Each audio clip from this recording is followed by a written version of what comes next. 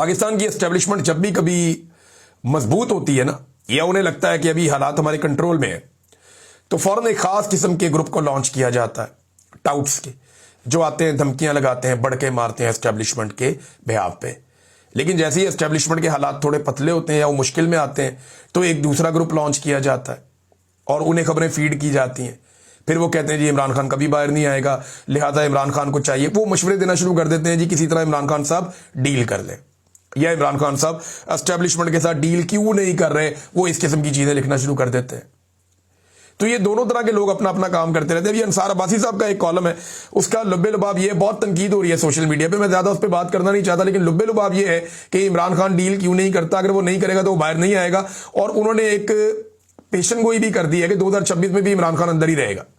भाई कोई जज ये फैसला नहीं कर सकता, कोई जर्नैल ये फैसला नहीं कर सकता। कौन कर सकता है कि इमरान खान 2026 में अंदर रहेगा? ये तो कानून के मुताबिक होगा, आप खुद से तो नहीं कह सकते। तो ये अब यानी ख्वाहिशात को खबर बनाया जाता है और बार बार बनाया जाता है।